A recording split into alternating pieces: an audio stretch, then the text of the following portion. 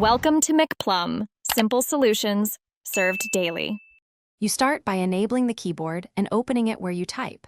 Add the emoji keyboard in settings, then return to your app and tap the globe or long press the spacebar to switch. Once switched, scan the layout. Face emoji often live in the smiley tab or search field. You want immediate access, so pin the keyboard in frequently used apps if available. Doing this now saves time later when you need expressions quickly. You now search and combine emojis to express nuance.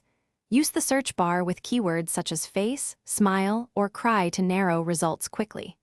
Tap and hold an emoji to reveal skin tones, genders, or alternate forms, then choose the variant that fits your message. Once selected, you can add modifiers or stickers. Place a hat, tears, or overlay from the sticker tab to change tone. Make sure to preview how combined elements read on target platforms before sending. You finish by sending and verifying how your face emoji appear.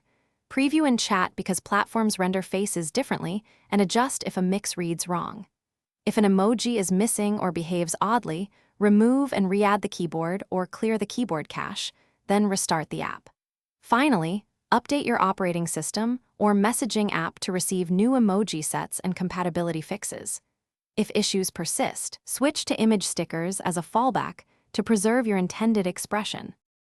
Thanks for watching. Stay juicy and subscribe.